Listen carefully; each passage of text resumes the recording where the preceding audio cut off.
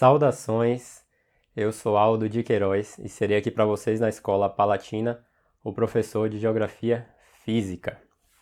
Bem, eu sou geólogo de formação, atuo no mercado, especificamente no mercado da mineração, na exploração mineral. E estarei hoje aqui apresentando para vocês a disciplina da Geografia Física dentro da Escola Palatina. Tudo que idealizamos, tudo que organizamos dentro dessa disciplina para vocês. E para isso eu queria fazer uma contextualização do que vivemos hoje como estudantes dessas geociências.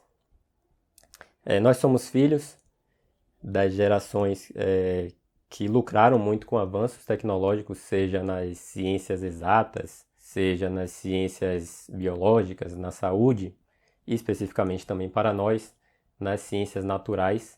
E nós temos o privilégio de olhar para trás e somar todos esses avanços tecnológicos a alguns métodos, alguns princípios de toda uma tradição da educação. E nós buscamos aqui, na Escola Palatina, princípios da educação verdadeira, da educação do homem livre.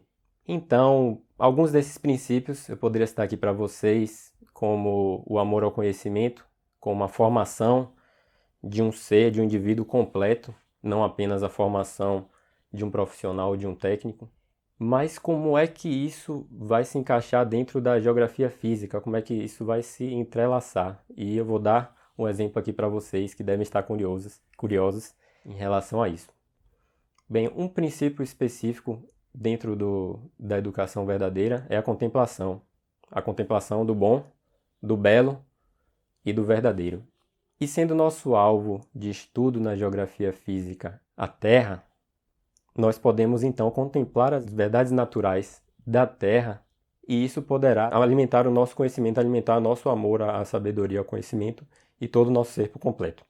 Como é que isso acontece? Vou dar um exemplo. O princípio da causalidade, ele pode ser observado dentro dos elementos da geografia física. Um exemplo. Uma rocha, ela é um produto de um evento, de um processo geológico. E aí eu poderia citar alguns desses processos, como a sedimentação, o vulcanismo, os processos químicos relativos, etc, etc. A matéria própria, a constituição desta rocha, ela é consequência do evento que a causou. Então podemos observar sim o princípio da causalidade dentro do estudo da geografia física. E a verdade em si é a adequação do intelecto a uma realidade, e no nosso caso, uma realidade natural, ou seja, o crescimento do intelecto, nesse caso, se dá pela contemplação da verdade dentro de um simples exemplo da geografia física. Mas falamos então, como se relaciona esses princípios da educação verdadeira com a geografia física.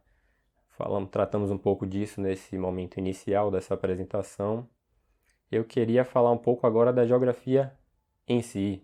Geografia, o termo geografia vem do grego e acredito que muitos devem saber já, Geo quer dizer terra, grafia vem de escrita, marcar, arranhar, desenhar, quer dizer a descrição, o estudo da terra. E o objetivo da geografia em si, ela se confunde com o nosso objetivo aqui dentro da Escola Palatina. A geografia visa o reconhecimento do indivíduo e dentro do espaço, do seu espaço físico. E o nosso objetivo aqui seria formar esse indivíduo para ele se reconhecer nesse espaço e reconhecer as relações desse espaço físico com ele próprio. Dentro desse objetivo geral, nós temos alguns objetivos específicos também, que seria o reconhecimento do indivíduo dentro da escala-tempo, o reconhecimento de processos e produtos naturais, a introdução ao vocabulário das geociências e também o reconhecimento da influência da geografia física na cultura de uma civilização. E aí eu poderia deixar alguns exemplos aqui para vocês. Grandes eventos meteorológicos foram muito importantes para influenciar na mitologia do mundo antigo, por exemplo, e criar assim uma cultura, como aquele povo se comportava, né? Como aquele povo se desenvolvia. Grandes eventos meteorológicos também podem desenvolver o nomadismo, por exemplo, sem falar na influência da arte, a influência da paisagem específica de algum lugar na arte, na literatura, na arte plástica, enfim. Nosso objetivo então aqui será traçar dentro desse aprendizado para o aluno da Escola Palatina o mesmo caminho que a geografia física traçou ao longo da história, como uma analogia. E qual é este caminho?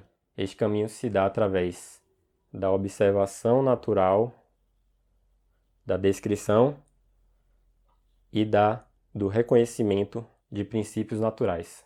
São 3 etapas. E como essas etapas se desenvolveram ao longo da história?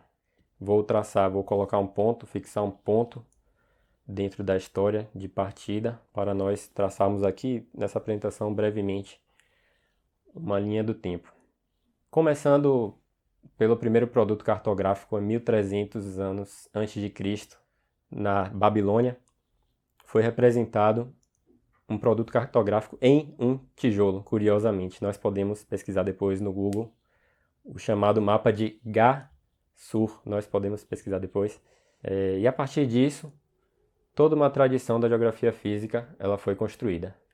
O centro, o berço cultural, intelectual da época, a Grécia, ela viu grandes nomes como Heródoto, Eratóstenes desenvolver pontos da geografia, da história. Mas, dentro do nosso curso, nós vamos falar um pouco sobre Estrabão.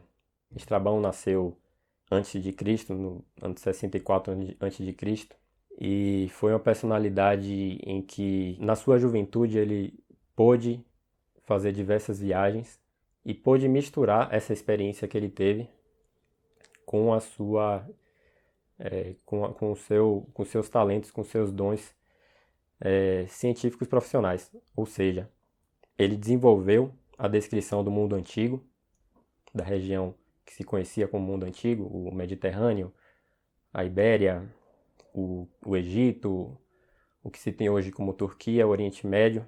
E essa descrição foi passada para os próximos anos como um grande fruto, até chegar a Pausânias, 110 depois de Cristo. Nós também vamos trabalhar um pouco com ele, que fez os seus trabalhos dentro da Grécia, um trabalho muito parecido de descrição da geografia dentro da Grécia.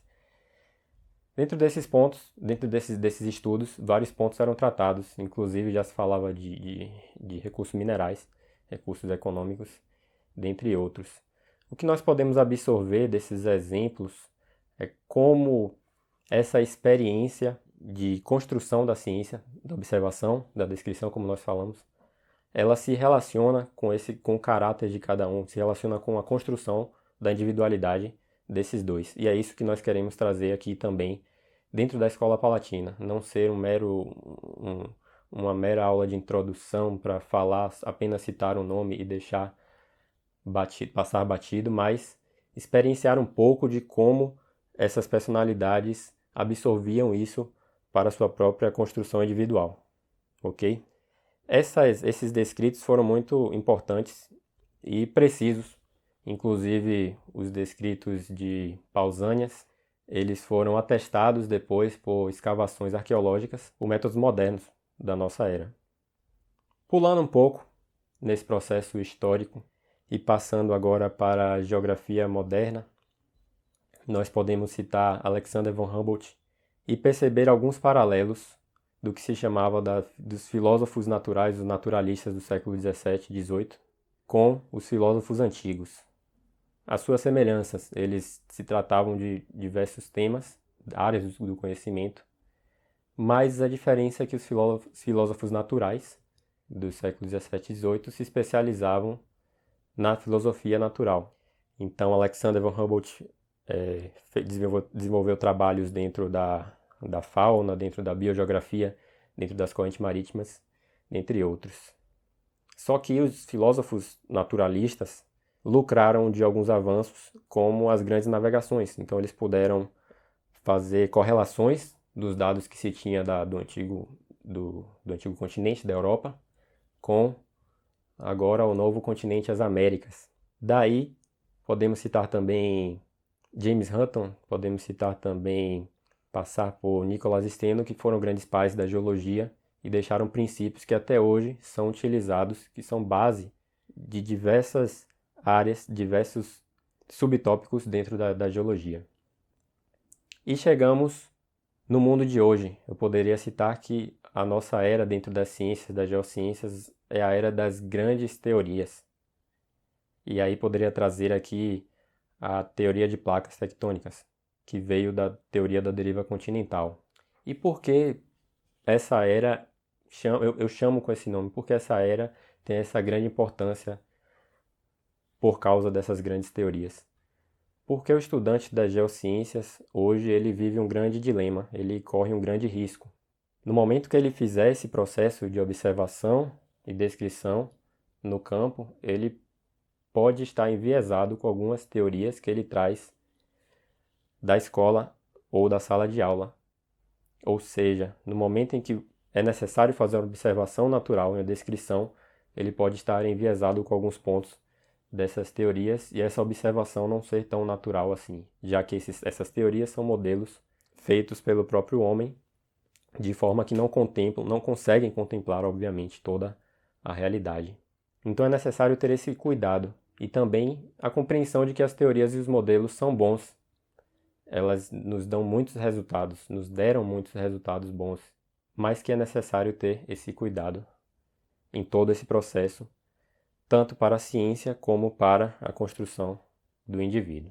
Bem, então para concluir, eu queria deixar aqui para vocês uma pitadazinha desse amor pelo conhecimento com um exemplo de Eratóstenes, que pôde, no mundo antigo, calcular, chegar a um número bem próximo da circunferência da Terra através da simples observação natural e dos métodos trigonométricos que se tinha na época. Esse número foi muito próximo do que nós temos hoje com os métodos tecnológicos. Então é isso, queremos deixar para vocês esse amor pelo conhecimento, essa observação natural e a formação do indivíduo completo dentro da nossa proposta aqui. Agradeço a vocês por dar essa oportunidade desse espaço. Gostaria de dizer que estarei conduzindo vocês aqui nessa proposta que nós estamos organizando e podem contar comigo. Muito obrigado.